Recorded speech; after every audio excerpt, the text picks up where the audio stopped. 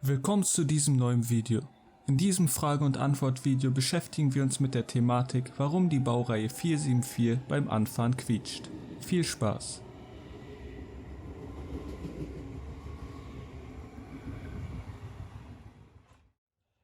Zunächst sei gesagt, es quietschen nicht alle 474er. Es kommt hier auf die Bauserie an.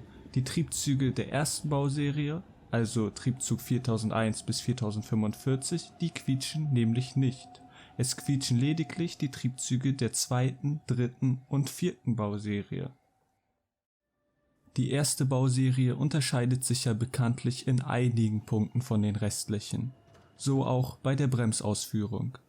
Die Triebdrehgestelle der ersten Bauserie haben die doppelte Anzahl an Bremsscheiben im Vergleich zu den anderen Bauserien erhalten.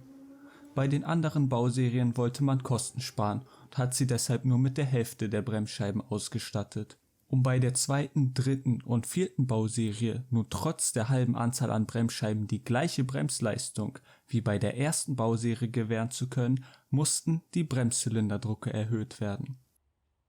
Damit einhergehend sollten aber auch schnell lösende Ventile eingebaut werden. Diese haben es aber nicht durch den Zulassungsprozess geschafft. So mussten die alten Ventile beibehalten werden, was den Effekt hat, dass die zweite, dritte und vierte Bauserie beim Anfahren gegen die angelegten Bremsen anfährt. Dadurch entsteht das besagte Quietschen. Ich hoffe, ich konnte deine Frage beantworten. Falls ihr noch weitere Fragen habt, ab in die Kommentare damit. Schönen Tag euch und tschüss.